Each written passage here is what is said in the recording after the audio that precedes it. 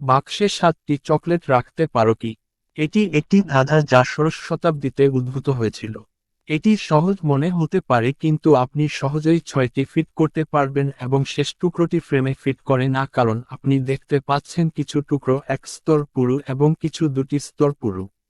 আমাদের একটি স্তরে চকলেট তৈরি করতে হবে।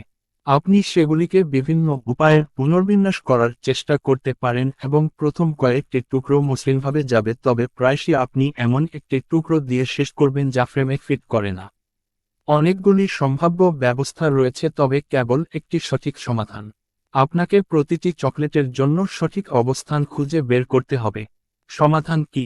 আসুন দেখি। দীর্ঘতম টুকরোটি মাঝখানে রাখা হয়েছে, দ্বিতীয় টুকরোটি কোণে রাখা হয়েছে, তারপর তৃতীয় টুকরোটি এখানে রাখা হয়েছে, চতুর্থ টুকরোটি উপরের বাম কোণে রাখা হয়েছে, পঞ্চম টুকরোটি এখানে, 6 টুকরোটি এখানে। বাকি জায়গাটি শেষ টুকরোটির সাথে পুরোপুরি ফিট করে, কোনো ওভারহ্যাং ছাড়াই। আপনার কি এই ধাঁধাটি পছন্দ হয়েছে?